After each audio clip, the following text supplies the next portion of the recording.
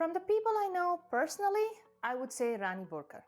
She is the corporate vice president of Azure hardware and systems infrastructure at Microsoft now. When I first met her at an event at Intel, I was so impressed because she managed to convey brilliance, humility, and don't mess with me vibes all in one go. She was so frank in the conversations, and you wanted to learn from her. Later, once when I was trying to figure out if it's feasible as a mom of going on 2 kids to do a startup, which by all accounts can be all consuming, she gave me the best possible advice I could get. Whether you're taking up being a startup founder or you're responsible for managing thousands of people in your organization, the demands of the job can be very taxing. You just have to identify the very high priority things in your personal and professional life that you can't let go. If it's cooking dinner for your kids, then list that. If it's date lunches with your husband, identify that. And then you will find ways to make time and still achieve your goals. It's the same thing in startup life. Ruthless prioritization and believing you can achieve what you set your mind to. Another person I have to say I've been inspired instantly by is Professor Priya Narasimhan. She's a professor at Carnegie Mellon. She had such a lively presence, great answers, and she taught me, never do something you will regret. She's the reason I got the push I needed to go for a PhD. She said, if you will regret it later, then what have you got to lose if you go for it? Worst case, you don't like it and you can take up that job. But you will never have to wonder, what if I had?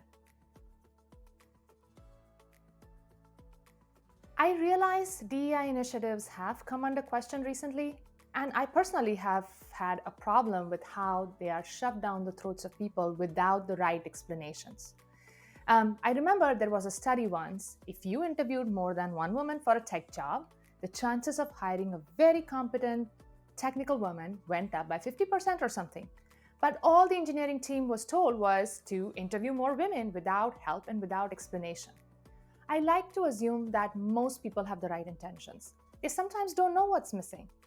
I personally have been lucky to work with people who see me for my technology ideas and execution, and I would much rather be just one more founder than be tagged especially as a female founder. So let's do that. Let's explain what's wrong, find solutions together, and encourage from very early on to remove stereotypes. Well, something as simple as don't use only he examples with your kids, but mixed. Be mindful of representing software as it and not a he. I've had that happen. Users as both he and she or they. Why exclude anyone if they are the right people to be part of your initiative? And as I am a founder right now, what I say to the other women founders, ignore the 2% statistics and go for it. If you are building a venture-backable business, talk to 100 venture capitalists if you need to get your venture funded. Don't give up. And to funders out there, take bigger risks than falling into traditional pattern matches that have landed us with such an imbalance already. I did a podcast recently where Margaret Weniger asked me, what made me choose computer science? I told her, in addition to loving everything electronics, computers, and curiosity, no one told me I couldn't. In any case, if they had, I would say, why not? Why not me? You can come across a lot of articles about unfairness, discrimination, and it happens to people and it's unfortunate. I say, let's beat the odds. If you really like some career path, block out the noise, follow the destination.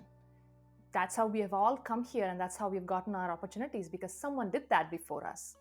You will meet people who champion you along the way, and you will create things that will make all kinds of people cheer for your success.